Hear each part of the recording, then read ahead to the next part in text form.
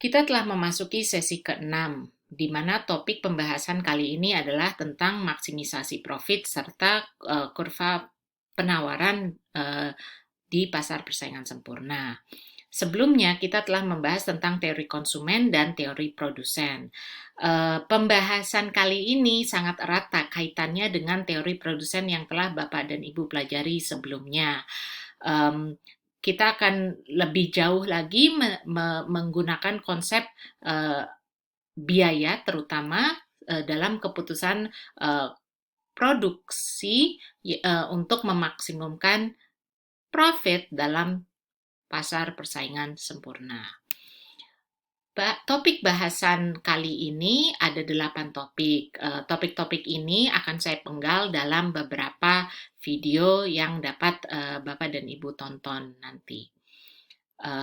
Jadi mari kita lanjutkan pada pembahasan pertama, yaitu asumsi-asumsi untuk pasar persaingan sempurna serta konsep profit maximization ini.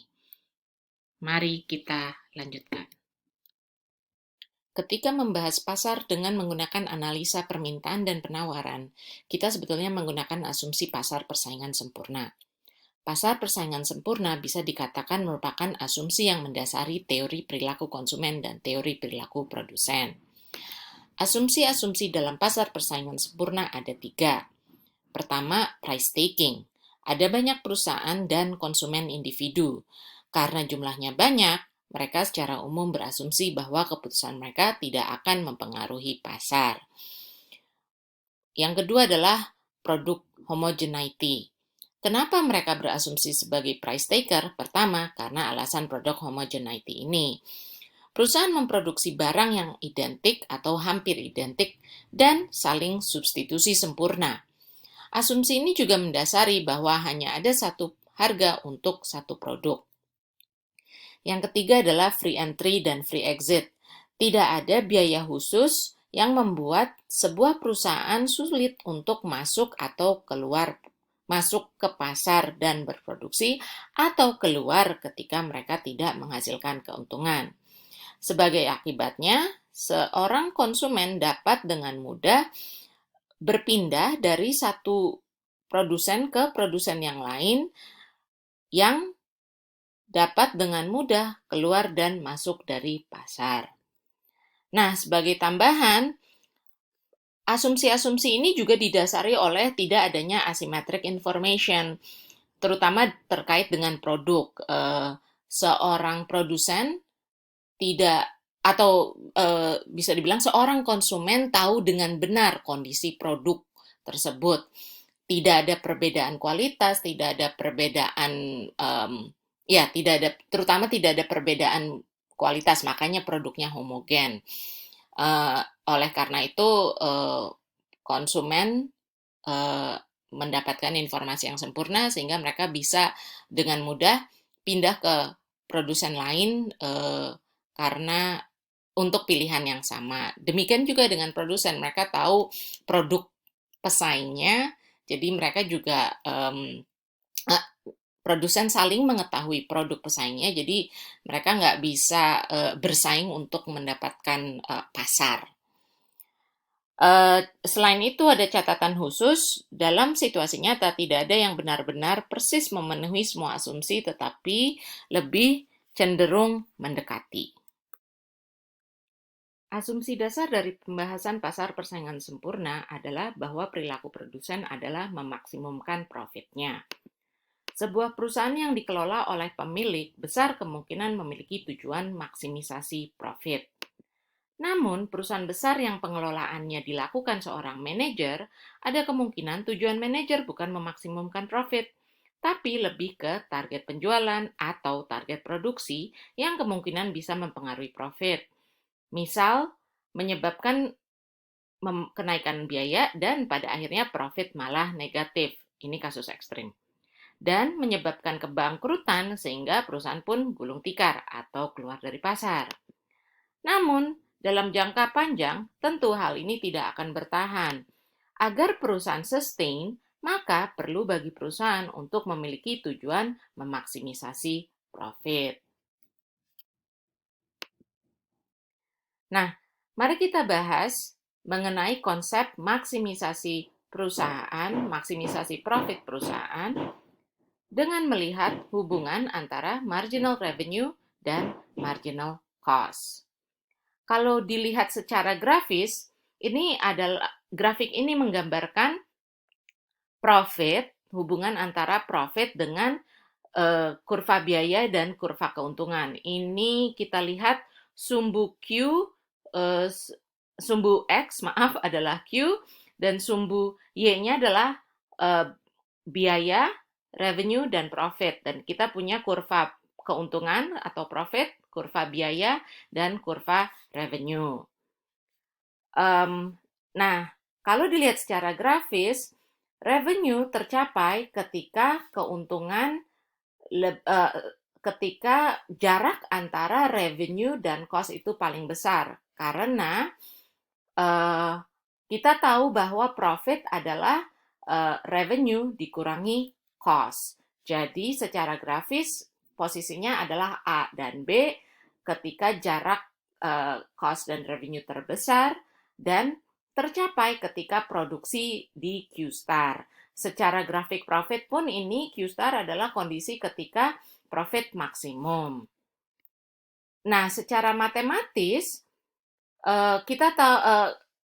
kita mengatakan bahwa profit maksimum itu ketika kondisi MR sama dengan MC.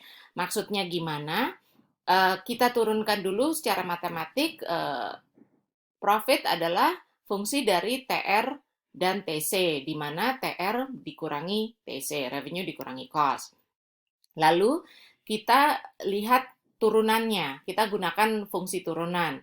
Jadi profit diturunkan terhadap Q, dV per dq sama dengan DTR per dq dikurangi DTC per dq. Dan kita tahu dalam matematika, optimisasi maksimum atau minimum tercapai kalau slope-nya adalah 0. Jadi dari profit dikatakan maksimum kalau slope-nya 0. Jadi Q star ini adalah kondisi ketika slope profit sama dengan 0. Jadi kita tulis dV per dq sama dengan 0 dan DTR per dq itu sama saja dengan marginal revenue MR. DTC per dq sama dengan MC. Jadi turunannya MR sama dengan MC sama dengan 0. Nah, MR sama dengan MC sama dengan 0, kalau kita rearrange, maka MR sama dengan MC, tinggal pindah sisi.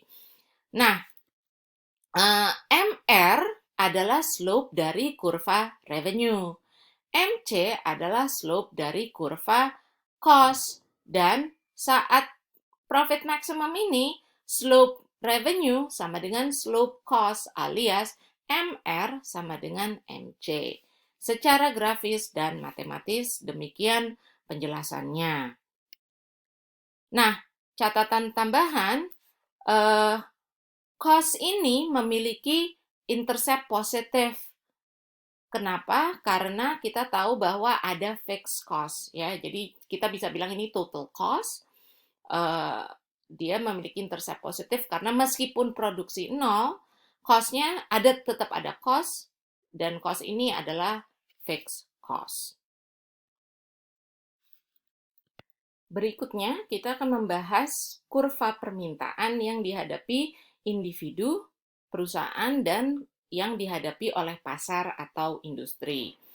Kurva permintaan ini berhubungan dengan marginal revenue. Nah, kurva permintaan yang dihadapi perusahaan individu itu bentuknya horizontal. Hal ini didasari dengan kondisi pasar yang diasumsikan adalah banyak penjual, barang homogen, dan produsen menjadi price taker. Jadi, proporsi barang yang dijual sangat kecil dibandingkan keseluruhan barang yang dijual di pasar, sehingga produksi individu tidak dapat mempengaruhi harga pasar. Jadi, berapapun produksi individu, ini adalah kurva permintaan ya, kurva permintaan yang dihadapi perusahaan individu. Berapapun produksi yang dia lakukan, itu proporsinya sangat amat kecil dibandingkan produksi pasar secara keseluruhan atau produksi industri secara keseluruhan. Karena itu banyak penjual dan banyak pembeli. Nah, Akibatnya, kurva permintaan pasar memiliki kemiringan negatif karena kita tahu bahwa kurva nanti kita akan lihat bagaimana kurva supply perusahaan itu adalah gabungan dari individu-individu perusahaan. Oleh karena itu menjadi alasan kenapa proporsi produksi sebuah perusahaan individu sangat kecil, dan bisa dibilang ini adalah permintaan pasar ya, yang merupakan kombinasi penjumlahan dari permintaan-permintaan individu. Nah, jadi kurva pasar itu menghadapi permintaan yang negatif, alias industri menghadapi permintaan yang negatif. Semakin turun harga, maka barang yang diminta pun semakin banyak.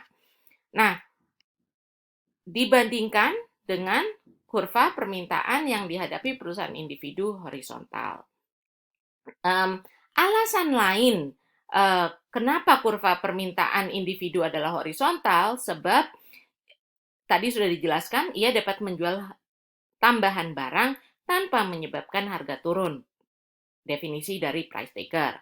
Nah, sebagai hasilnya, ketika ia menjual tambahan produk di pasar, pendapatan total atau total revenue akan meningkat dengan jumlah yang sama dengan tingkat harga. Kenapa?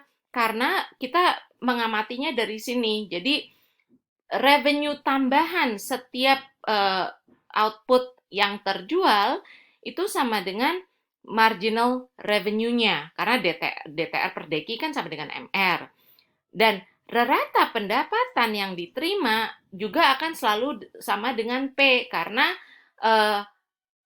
total revenue dibagi Q akan selalu sama dengan P.